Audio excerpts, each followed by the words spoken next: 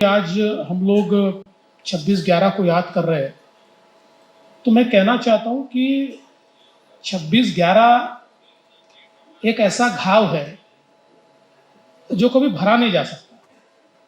वो एक ऐसी एक हमारे ऊपर लगा हुआ लांछन है कि जिसको हम कभी दूर नहीं कर सकते। हम ये जरूर प्रयास कर सकते हैं कि कोई दूसरा 26/11 न हो, और शायद यही प्रयास मुंबई को औरों से अलग बनाता है। मुझे याद है कि 26/11 के बाद एक हमारे पूर्व गृह सचिव जी के अध्यक्षता में एक कमेटी बनी थी और उस कमेटी ने रिपोर्ट दिया था। मैं जब 26/11 हुआ, मैं एमएलए था, मैं अपोजिशन में एमएलए था। मैंने काफ़ी उस बात के ऊपर उसको विधानसभा में उठाया था और मैं लगातार ये कहता आया था कि 26/11 की इंफॉर्मेशन ये हमारे पास थी, लेकिन हम एक्ट नहीं कर पाए। हम लोग, हमारे पास कोऑर्डिनेशन नहीं था।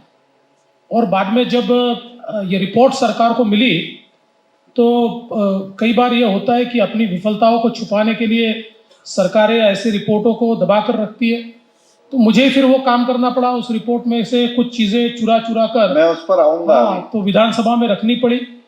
और उसके बाद जब मुझे मुख्यमंत्री बनने का मौका मिला तो सही मायने में उस रिपोर्ट को इम्प्लीमेंट करने का काम उस समय हमने किया। देखिए, ये जो रिपोर्ट आई थी जी, इसने मोटे तौर पर कुछ चीज़ें कही थी। मसलन मुंबई को सीसीटीवी कवरेज करना चाहिए और आधुनिक तरीके से इसको पूरा सर्विलेंस में लाना चाहिए। आपको आश्चर्य होगा, 2008 में घटना हुई, 2009 में सीसीटीवी लगाने के लिए हमने कार्रवाई शुरू की, 2014 तक मुंबई में सीसीटीवी नहीं लग पाए। उसके टेंडर निकलते थे, टेंडर कैंसिल होते थे, ऐसे ही चलता रहा। लेकिन जिस समय मैं मुख्यमंत्री बना, मैंने ये कहा कि अगर हम 6 साल एक्ट नहीं कर पाएंगे, एक रिपोर्ट आपके पास है और मुंबई में इतनी बड़ी घटना घटने के बाद भी हम सर्विलेंस नहीं खड़ा कर पा रहे, मैंने तुरंत उस काम को हाथ में लिया। इमीडिएटली उसके सारे टेंडर्स किए, उसके वर्क ऑर्डर दिए और एलएनटी को काम देकर पीछे लग के 1 साल के भीतर मुंबई को सीसीटीवी कैमरे से पूरा कवर किया। उसकी कमांड एंड कंट्रोल सिस्टम तैयार की, कमांड एंड कंट्रोल सिस्टम एक सीपी ऑफिस में तैयार की, एक कॉरपोरेशन में तैयार की और पूरे तरीके से मुंबई को हमने सर्विलेंस के अंदर 1 साल के भीतर लाया। आज उसका परिणाम ऐसा है, मुझे लगता है पूरे देश में 1 साल में ऐसा काम नहीं हुआ। दिल्ली में करीब 10 साल से जी जी। और अब तो हम लोग फेज 2 कर रहे हैं। मैं 2019 में मैंने फेज 2 शुरू किया था, शायद फेज 2 भी मेरे हाथ में लिखा था, इसलिए बीच में 2.5 साल सरकार कुछ कर नहीं पाई। अभी फेज 2 का काम हमने शुरू किया है, जिसमें फेस रिकॉग्निशन कैमरा सहित हम लोग आर्टिफिशियल इंटेलिजेंस का इस्तेमाल कर रहे हैं ताकि ये सर्विलेंस को हम नेक्स्ट लेवल पर ले जा सके। तो ये केवल सर्विलेंस की बात नहीं है। मतलब मैं ये कह रहा था कि ये सर्विलेंस का फायदा ये हुआ कि आज स्ट्रीट क्राइम जो है, इसमें ये सर्विलेंस इतना काम करता है। और जैसे आपको पता होगा कि जो अभी एक बहुत ही भयानक घटना हमारे यहाँ हुई थी, पुलिस वालों ने ही अंबानी जी के घर के सामने बम रखने का नाटक किया था। ये भी क्यों खुला? क्योंकि वहां सीसीटीवी कवरेज कैमरा लगा हुआ था। तो इस बात को अलग रखते हैं। इसके साथ साथ एक बहुत महत्वपूर्ण चीज जो इस रिपोर्ट ने कही थी, वो ये कही थी कि चूंकि उस समय मैंने खोज कर निकाला था कि नेवी ने इस संदर्भ में ऐसी ऐसी नौकाएं आ रही है, इसकी जानकारी दी थी, लेकिन हमारे जो इंटेलिजेंस एजेंसियां है इसमें कोऑर्डिनेशन नहीं था, स्टेट पुलिस में कोऑर्डिनेशन नहीं था। इसलिए इंटेलिजेंस होने के बावजूद हम लोग उनको इंटरसेप्ट नहीं कर पाए, उनको रोक नहीं पाए।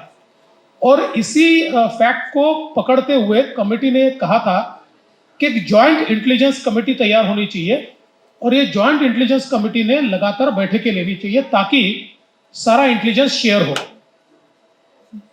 वो शुरू तो हुआ, लेकिन जब तक स्वयं गृह मंत्री उसमें ध्यान नहीं देते, ऐसी चीजें कारगर नहीं होती। देखिए, हम कितनी भी आइडियल बात करें तब भी हमारे देश की सारी एजेंसियां एक दूसरे को 100% कोऑपरेट करेगी ऐसा ना हमारे देश में होता है, ना अमेरिका में होता है, ना इंग्लैंड में होता है।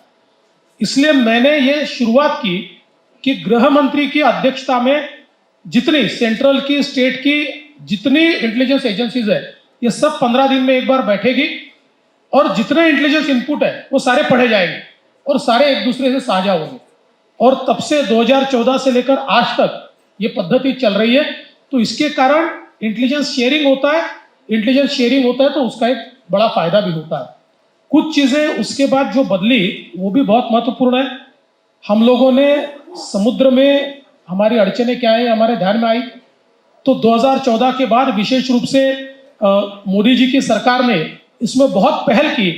हम लोगों ने सारी फिशिंग बोट्स को आइडेंटिफाई किया, उसके ऊपर ट्रांसपॉन्डर्स लगाए, उसका एक कलर कोडिंग उसकी स्कीम की।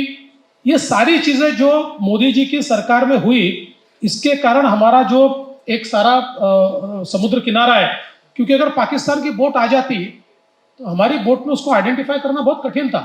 लेकिन आज ये ट्रांसपॉन्डर्स के कारण, ये कलर कोडिंग के कारण हम उसको समझ सकते हैं। और उसके साथ साथ दो चीजें बहुत महत्वपूर्ण शुरू हुई।